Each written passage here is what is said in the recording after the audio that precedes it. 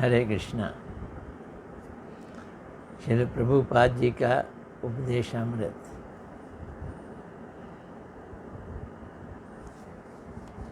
हम लोग 1 2 3 उपदेशों को सुनते सुनते धीरे धीरे आगे बढ़ रहे हैं।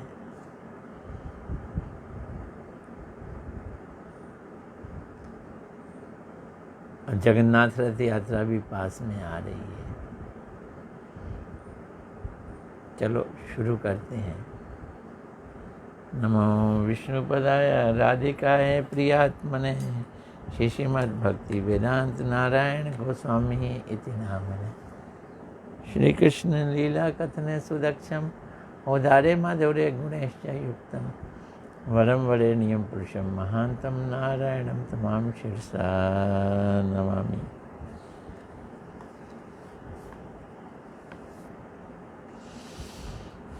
प्रश्न, आज का प्रश्न, आज की कथा का पहला प्रश्न।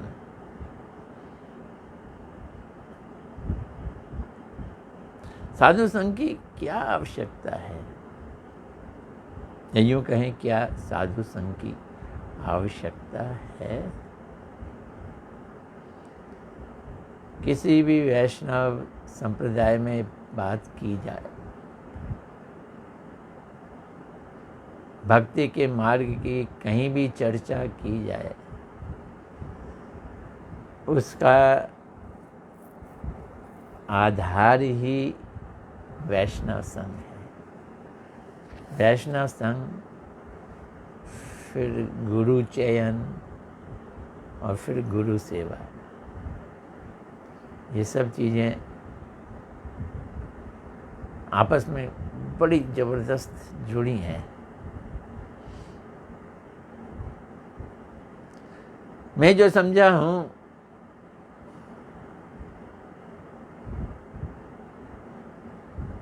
हमारी प्रवृत्ति संसार में भोग करने की जो है,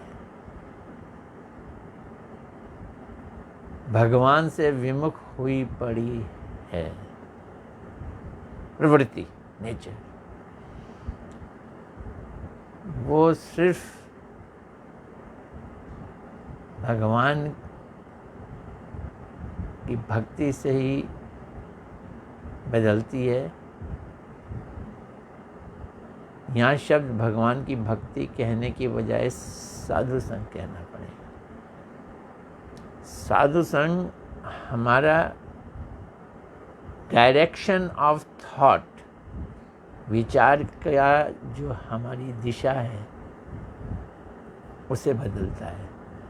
भोग की विचार की दिशा को सेवा की विचार की दिशा में कन्वर्ट करता है। साधु संघ बड़ा जरूरी है। तो प्रभुपाद जी क्या कहते हैं, क्या साधु संघ की विशेष आवश्यकता है? प्रभुपाद जी ने पहला शब्द यूज़ किया, अवश्य ही। आवश्यकता नहीं है, अवश्य ही आवश्यकता है साधु संघ की।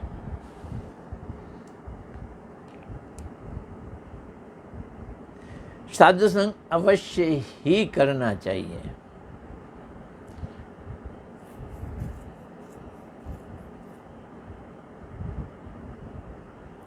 लेकिन साधु संघ भी अधिकार के अनुसार होता है। आपका अधिकार है साधु संघ करने का, अधिकार के अनुसार साधु संघ होता है।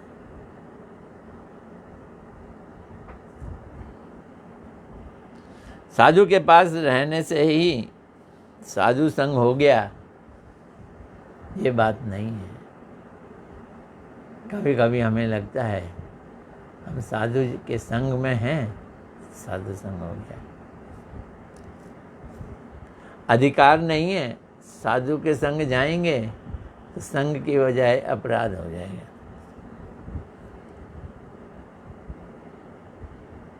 साधु के पास रहने से ही साधु संग होता है, ऐसी बात नहीं है।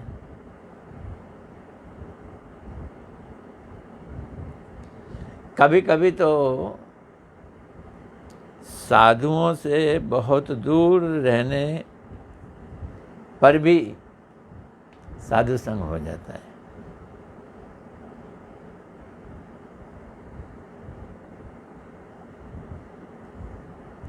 और एक ही घर में रहकर आश्रम समझ लो, साधु के संग रहकर भी साधु संग हो जरूरी नहीं है। इस्कॉन के स्वामी प्रभुपाद जी अपने गुरु से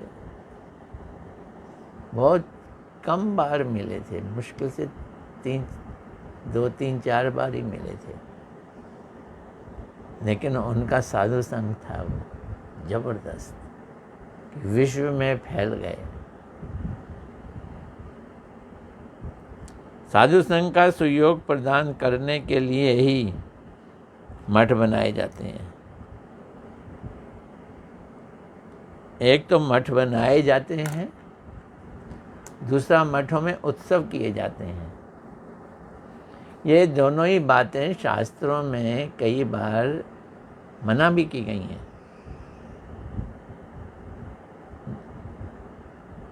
कि ज़्यादा अखाड़े ना बनाए जाएं, पर गौड़िया वाले मठ बनाते हैं, मठ, ताकि लोगों को उसमें साधु संग मिले। कैसे मिले? लोग अपने घर सो रहे हैं, साधु मठों में रह रहे हैं, फिर मठ वाले उत्सव करते हैं। जैसे अब जगन्नाथ रथ यात्रा का उत्सव है, उसके एक दिन पहले गुंडीचा मंदिर मार्जन का उत्सव है, फिर व्यास पूजा का उत्सव आएगा, फिर हरियाली तीज और झूलन का उत्सव आएगा, रूप गोस्वामी जी के उत्सव ही उत्सव।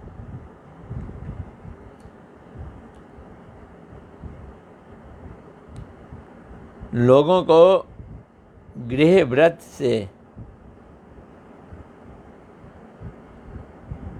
कृष्ण व्रत करने के लिए नाम में रुचि तथा गुरु वैष्णवों की सेवा का सुयोग देने के लिए मठों में उत्सव किए जाते हैं। लोग बाग तो घरों में ही फंसे पड़े हैं। इसे कहा क्या है? गृह व्रत। तो गृह व्रत से हटाकर कृष्ण व्रत में लगाना है, ये साधु संघ का काम है। उत्सवों का क्या फायदा होता है? उत्सवों में लोगों को भगवान की सेवा करने का मौका मिलता है, इसलिए उत्सवों का आयोजन किया जाता है।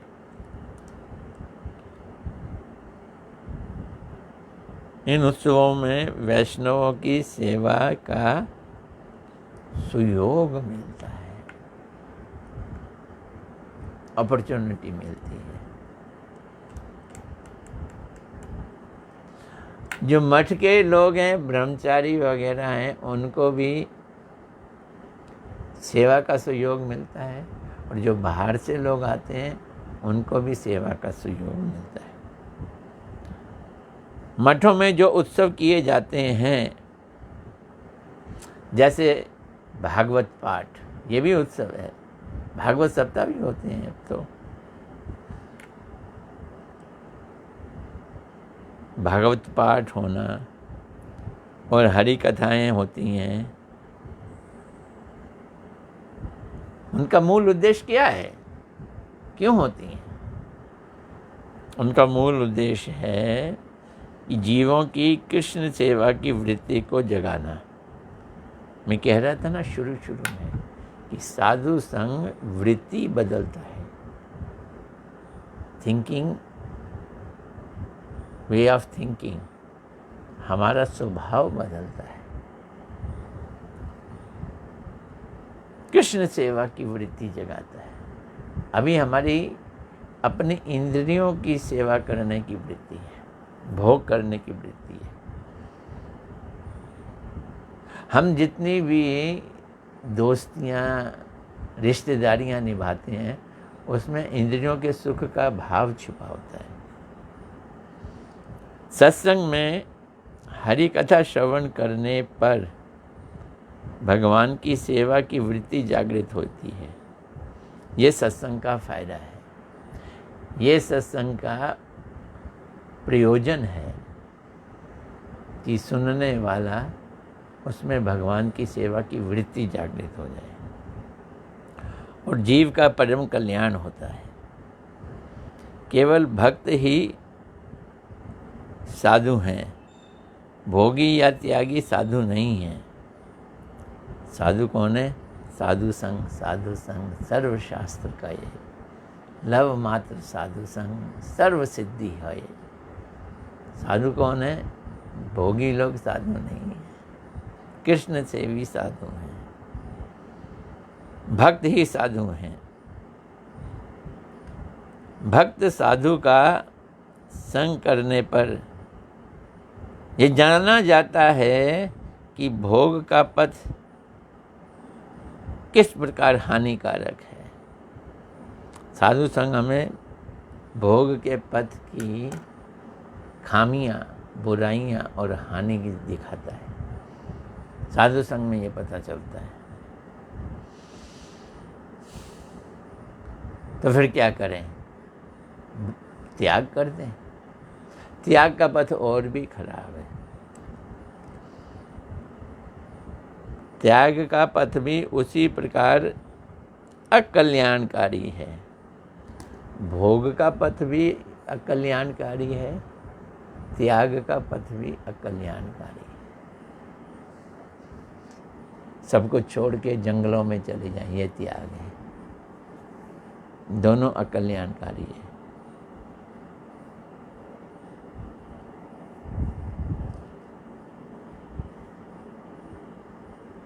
लोग त्याग के नाम पर वैरागी बनते हैं और कुछ नकली वैरागी बनते हैं। उन्हें फल्गु वैरागी कहा गया है, कपटी वैरागी।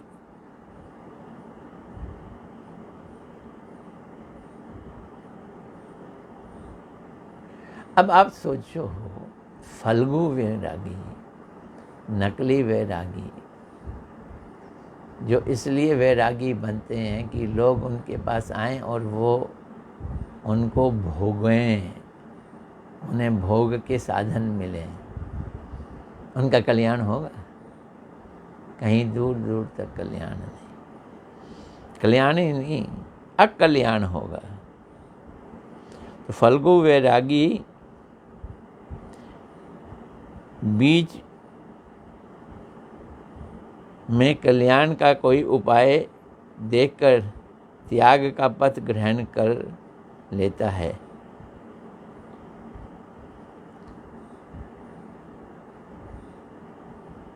जब जड़ जगत से प्रीति एवं घृणा दोनों ही कृष्ण की विमुखता है। ये है गौड़िया वैष्णव का सिद्धांत। जड़ जगत से ना राग हो ना द्वेष हो। जड़ जगत से प्रीति भी खतरनाक है और जड़ जगत से राग भी।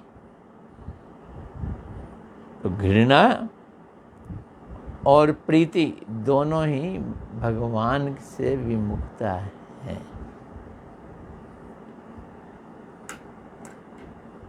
कई बार दिया ये उदाहरण, मैं आज फिर दे रहा हूँ। एक आदमी का पर्स गिर गया, उस पर्स में 50,000 रुपये पड़े हुए थे। थोड़े बहुत नहीं थे, 50,000।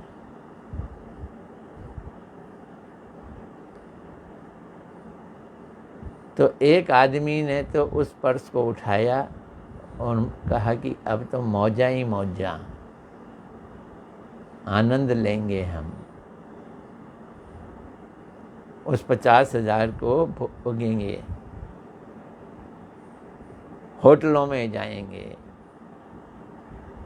और दूसरा आदमी उस पर्स को देख के कहता है, ना बाबा ना, हम तो इसे छुएंगे भी नहीं, ये हमारी चीज़ नहीं है, ये पाप लग जाएगा इसको छुएंगे, और वो पर्स को सड़क पे छोड़ देता है, चला जाता है। ये त्यागी है। अरे जिसका पर्स है उसको तो फायदा नहीं हुआ ना।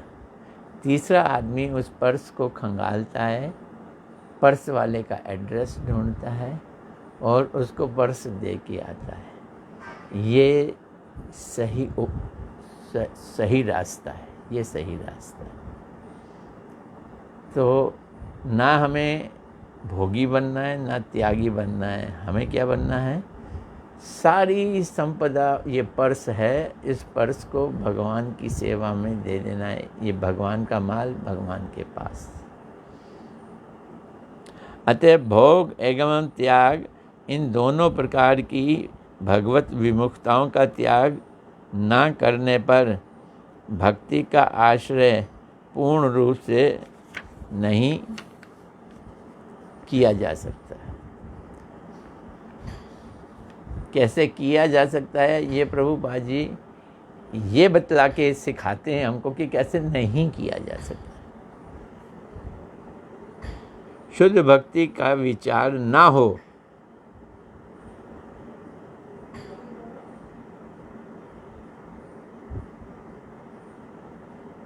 तो आप या तो त्यागी हो जाओ या भोगी हो जाओ।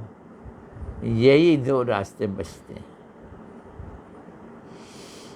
तो इसलिए सब समस्याओं का, भोग और त्याग की समस्याओं का एक ही हल है। वो क्या हल है? साधु संग। ये आज का पहला प्रश्न। दूसरा प्रश्न क्या है? गुरु नित्यानंद की कृपा कैसे प्राप्त की जा सकती है?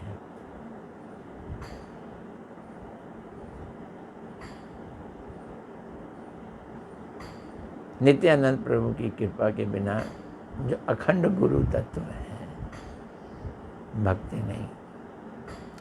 श्रील प्रभुपाद जी एक विचार दे रहे हैं, बड़ा गजब का विचार है, ध्यान से सुनिए।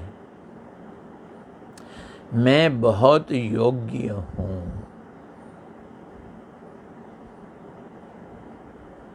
ये परमार्थ मार्ग का विचार ही नहीं है। अपने को योग्य समझना, तो थिंक आई एम क्वालिफाइड। ये एक सिद्धांत है, वैष्णव सिद्धांत है। ये खाली गौड़िया सिद्धांत नहीं, दूसरे संप्रदाय के भी यही सिद्धांत है। क्या सिद्धांत है? मैं योग्य हूँ, ऐसा मानना सिद्धांत नहीं है। मेरे समान दीनहीन अयोग्य व्यक्ति इस पृथ्वी पर दूसरा नहीं है, ऐसा अनुभव होने पर ही गुरु नित्यानंद की कृपा होती है। मैं योग्य हूँ, ये एक भाव, और दूसरा भाव क्या है? मैं अयोग्य व्यक्ति हूँ। कितना अयोग्य हूँ? मेरे जैसा कोई अयोग्य दुनिया में है ही नहीं। ऐसा कहने वाला नहीं, ऐसा अनुभव करने वाला। ऐसा अनुभव करने वाला व्यक्ति गुरु नित्यानंद की कृपा का अधिकारी होता है। हम अनुभव तो ये करते हैं, मैं तो कुछ हूँ, I am talk of the town, मुझ में कोई कमी थोड़ी है। अनुभव तो हम ये करते हैं, लेकिन हाथ जोड़ के मैं तो आपका सेवक हूँ।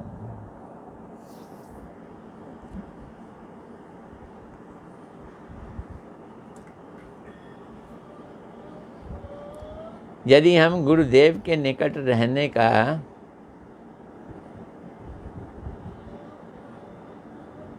खाली ड्रामा करें, अभिनय मात्र करें, तो अवश्य ही असुविधा में फंस जाएंगे। और यदि गुरुदेव से दूर भी रहें तो भी कल्याण होने का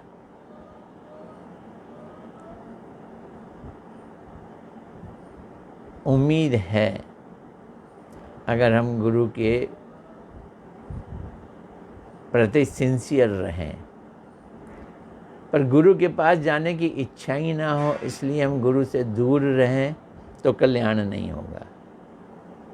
तो इसलिए प्रभुपाद जी कहते हैं, यदि हम गुरुदेव के निकट रहने का अभिनय मात्र करें तो अवश्य ही असुविधा में फंस जाएंगे, और यदि गुरुदेव से दूर रहें तो भी कल्याण होने वाला नहीं है।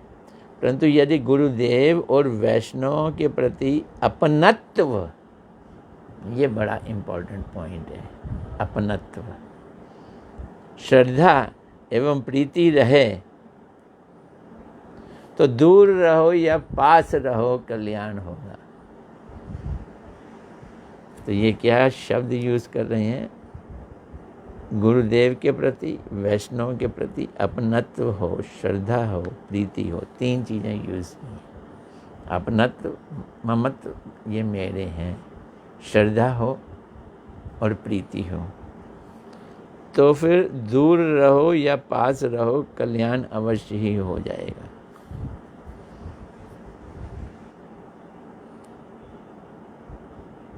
एक दिन एक धनी व्यक्ति का पुत्र मेरे पास आया।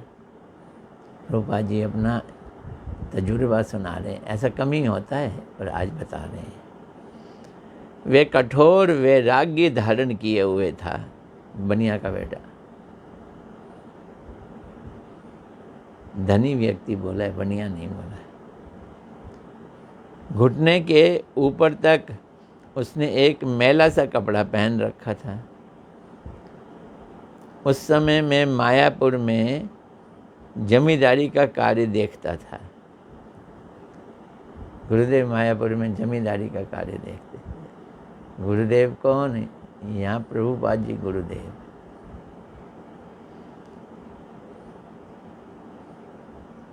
तो मैं था तो साधु, पर विषयी कार्य कर रहा था जमींदारी का। ऐसा देख उसकी मेरे प्रति अश्रद्धा हो गई। ये साधु, ये तो संसारी काम कर रहा है, और वो मुझे छोड़कर कहीं और जाकर अपने हिसाब से सत्संग करने लगा, पर वास्तव में वो असत्संग में फंस गया, जिसके फलस्वरूप कुछ दिनों में ही उसका पतन हो गया। तो साधु के सद उपदेश को ना समझकर केवल बाहरी क्रियाकलापों को भी देखेंगे अगर हम, तो भी फंस जाएंगे।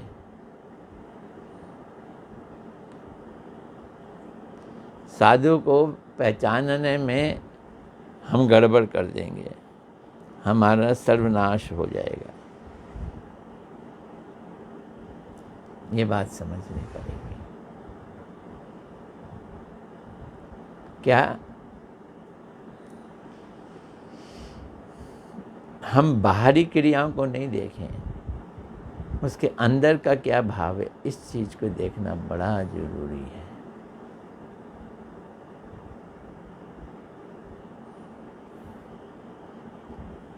तो ये प्रभुपाद जी की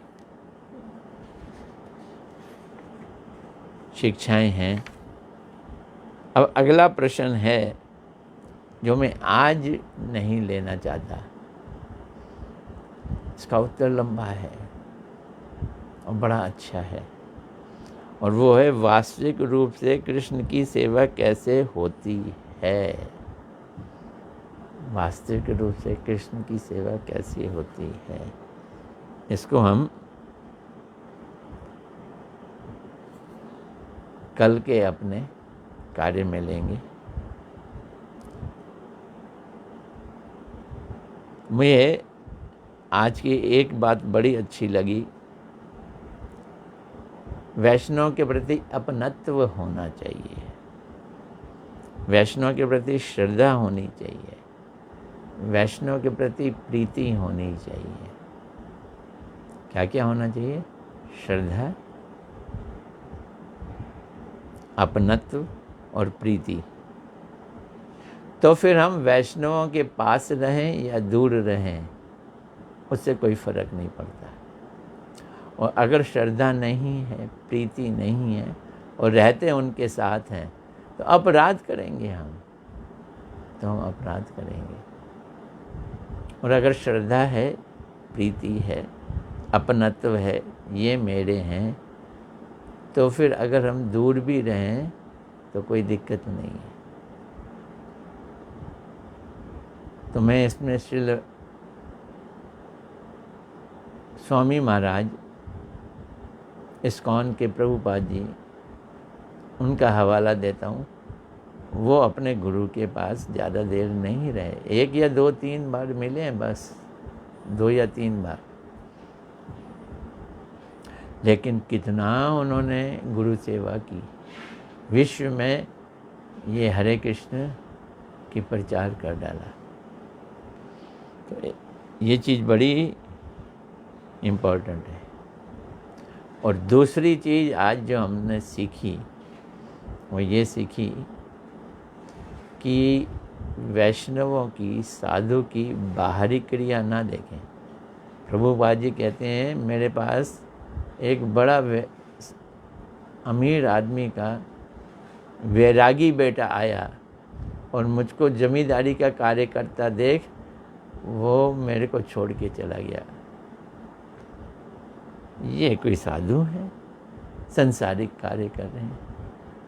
और जहाँ वो गया संग करने, वो साधु थे नहीं, तो उसका पतन हो गया, असत्संग में फंस गया और पतन हो गया।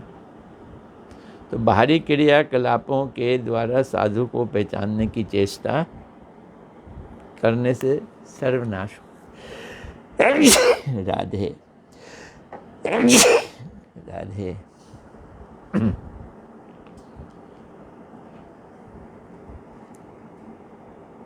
तो कल हम इसके आगे लेंगे, आज इतना ही। हरे कृष्णा कृष्णा कृष्णा हरे हरे, हरे राम राम राम हरे हरे। मैं बहुत लंबे उपदेश नहीं ले रहा हूँ। लंबे का मतलब है 5, 6, 7, 8, 1 घंटा नहीं, छोटे आधे घंटे में, 35 मिनट में, जो हमें समझ आ जाए, 40 मिनट में। साधु संघ की क्या आवश्यकता है, ये पहला प्रश्न था। और नित्यानंद की कृपा कैसे प्राप्त की जा सकती है, ये दूसरा। इसमें प्रभुपाद जी ने एक बात कही है कि अपने को जो योग्य समझता है वो कृपा नहीं प्राप्त करेगा। जो अपने को दीनहीन और अयोग्य समझता है, समझता नहीं है, अनुभव करता है, उसे कृपा मिलती है। तो ये 2 प्रश्नों के उत्तर हमने लिए।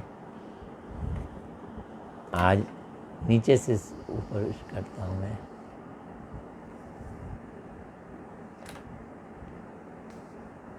हिमाल बैसला, ये तो पहली बार कोई नाम सुन रहा हूँ मैं।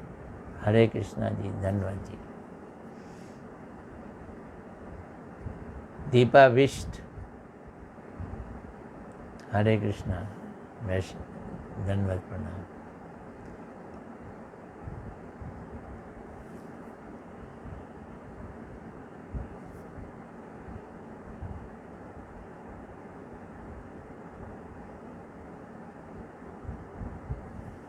मीनू सूर्यवंशी, हरे कृष्णा। और अंशिता दुग्गल भी आ गई, मंजरी जी, हरे कृष्णा, धन्यवाद, प्रणाम।